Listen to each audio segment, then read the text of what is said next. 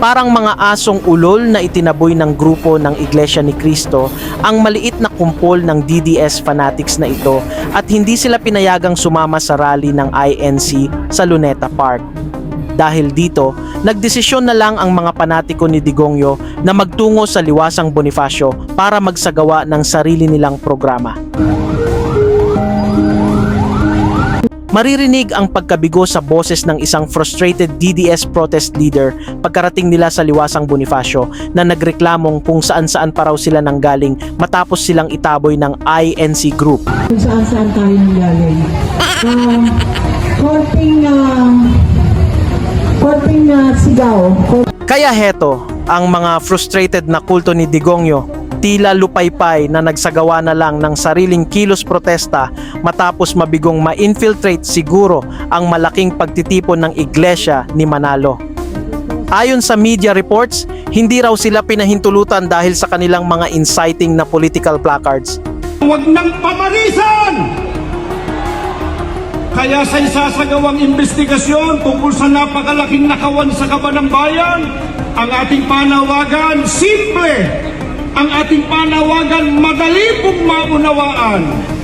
Maging tapat, maging lantad, huwag ikubli ang mga guilty sa kumot ng kasinungalingan at pagtatakipan.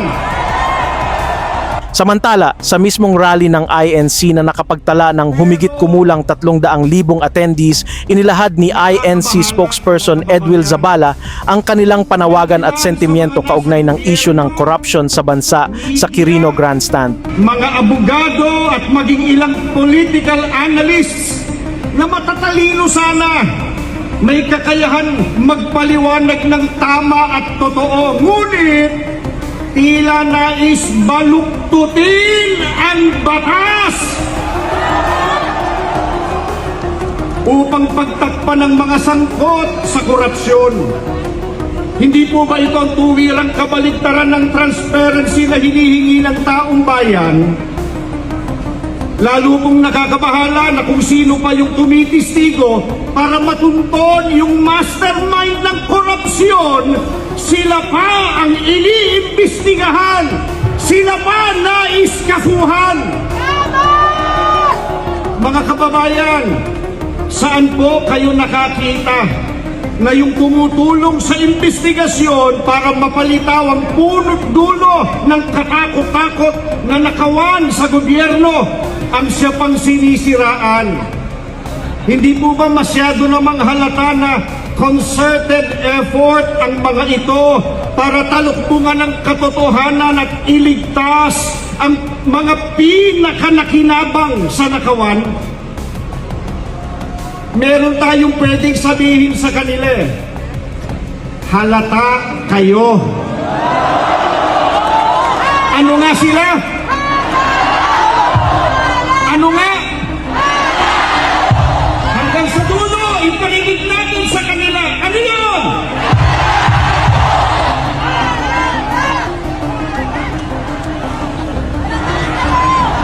At sa People Power Monument sa Quezon City, kung saan nagsasagawa ng kanilang rally ang United People Initiative, nananawagan naman ang kakarating lang na grupong ito sa pagbibitiw ni PBBM dahil sa flood control scandal. Palayasin! Itigaw!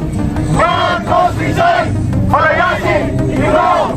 Marcos resign! Palayasin! Itigaw! Marcos resign! Palayasin! Itigaw!